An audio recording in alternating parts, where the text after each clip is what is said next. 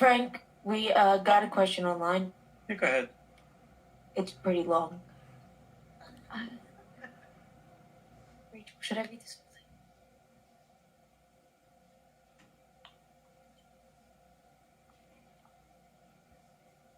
It's just a very long question. All right.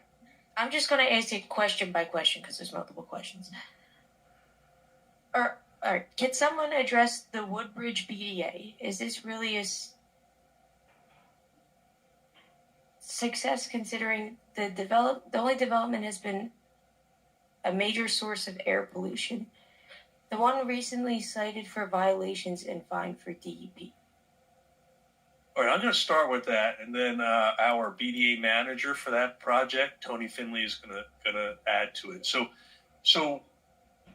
I would like to remind our audience that the DEP and other state agencies are not involved in the local planning process. So that Brownfield development area was set up maybe 15 years ago, and the local municipality had a vision to for a linear park and an ecological reuse, but also a natural gas plant, and that was a local decision. The state does not get involved in local planning, so that person, the audience member, needs to work with their local officials on what type of plans and zoning occurs in local municipalities. And I'm going to let Tony Finley provide a little details of what happened there. But again, Tony's job was to prepare the land with engineers, consultants, licensed site remediation professionals to provide a linear park, about 20 acres of open space, and a power plant. Right. Go ahead, Tony. Yeah. And again, this person can have a follow-up question for us, which is fine. But I just want Tony to provide a little context. Can you read me back the question again? So I could... Yeah, there's also like a second part, Okay, but it says part, is the Woodbridge BDA a success considering the major development has been a major source of air pollution, the one recently cited for violations and fined for the DEP? And did Tony know that the plan was to build 2 gas power plants in this BDA? So yeah, I guess that question is directed to me. Yes, I would consider the Woodbridge BDA to be a success. I mean, we most of the sites that was in the BDA have been remediated already, or we have completed investigation on probably all of them, and probably more than half has already been developed. I mean, we have a power plant, and yes, I was aware that there's going to be a second power plant. The first power plant was a big success for the area. It's a natural gas plant, and as a result of that success, they had 10 acres adjacent to the site next to the power plant. They said, listen, we're thinking about doing a second power plant. It's going to be a smaller one. And is that something that, the department and you guys and the steering committee would be interested in entertaining? He said, yes, no problem. The first project was very good. Remediation was very complex again, but we were able to complete all the remediation. And then the second power plant that's on the drawing board right now, that area that's going to go on, that's already been remediated.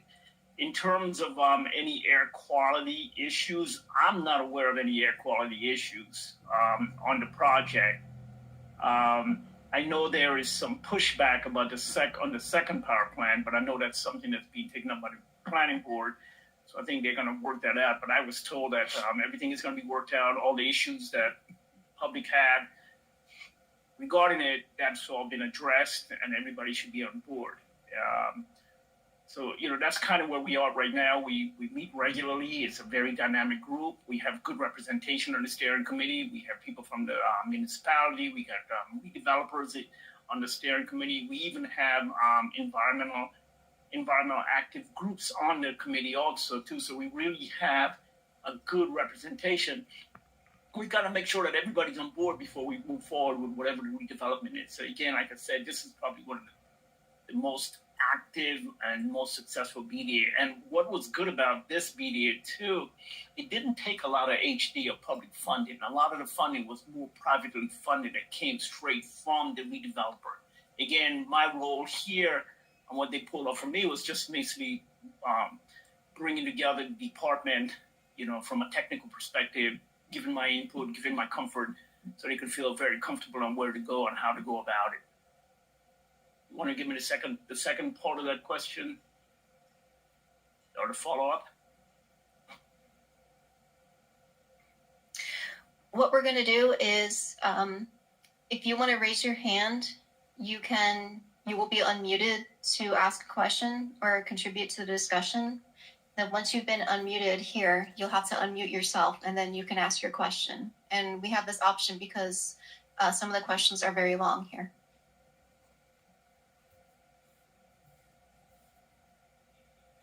Are you going to read the next one, or are they going to go live? And we're willing to have a follow-up discussion Yeah, if there's a long question sorry. that can't be. There's another part of the question that I could read out. It said, why did the township of Woodbridge promise this area would be transformed into a waterfront park and the park would open in 2016? Okay, yes. Another part of that we were able to sit down with the owner or the owner of the property, developer. A good portion of the site was being developed into a park, and we were hoping to get it done way back in 2016, and it has been held up because there was a lot of other things that just kind of came up in the remediation that had to be addressed, and that's kind of what's really slowing it up. But another issue that slowed the park development is that a lot of the wetlands plantation didn't take because of the climate issues that are happening. So a lot of the wetlands planting or the coastal plantings didn't take, so we had to go back and replant them again and give them time again to take. So those are the type of things that's kind of holding it up.